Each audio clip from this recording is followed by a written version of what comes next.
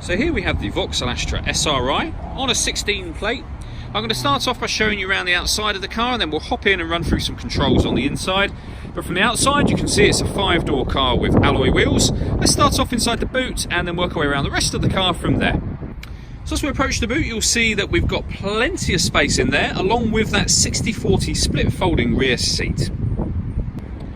Okay, so we're just going to work our way back round to the front of the car, and then we'll hop in and run through the controls on the inside. But now that we've done a full circle of it, you can see it's in fantastic condition the whole way round. Just briefly before we climb in, I think it's well worth seeing the interior from this exterior point of view. There's plenty to run through on the dashboard, so let's hop in and we'll do that now. Okay, so now that we're inside the car, we're going to start with the dials. On the left-hand side, we have the rev counter, and on the right-hand side, the speedometer. At the bottom in the middle, you can see the total miles on this car, which are 4,033.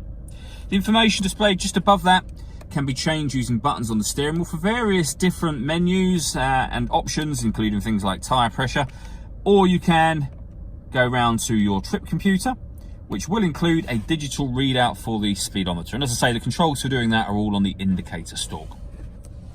If we back out to the steering wheel, on the left-hand side, we've got cruise control and speed limiter. We've also got forward collision warning. There's a video showing what that is on our website. And on the right-hand side, we have stereo and phone controls, including voice activation for the phone. So you can dial anyone in your contacts list without having to touch your phone at all. In the middle here is where you'll pair your phone up. So just hit search device and then follow the instructions on screen from there. If we go back to the main menu, when it comes to audio, we've got AM, FM and DAB radio, 2 separate USB inputs. We've also got auxiliary input, and we've got Bluetooth audio as well. So you can plug a device in via any of these, and obviously once you've paired your phone, you'll also be able to stream your music wirelessly.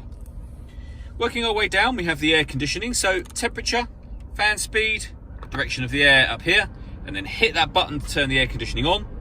Same again to turn it off. If you hit that button, it will recirculate the air that's in the car, which is a great way of heating it up or cooling it down quickly depending on the temperature that you've set. And you can turn that off just as easily as you can turn the air conditioning off. Below that, if I move the gear lever out the way, you'll be able to see on the left-hand side, first of all, we've got a button for stop and start. So this car is designed to cut out when it's stationary in traffic to save you fuel. You can turn that system off by hitting that button. This one will put the car into sport mode, so it'll make the gear change higher, so it'll rev higher in each gear. It'll make the steering slightly firmer as well, giving the whole car just a sportier feel.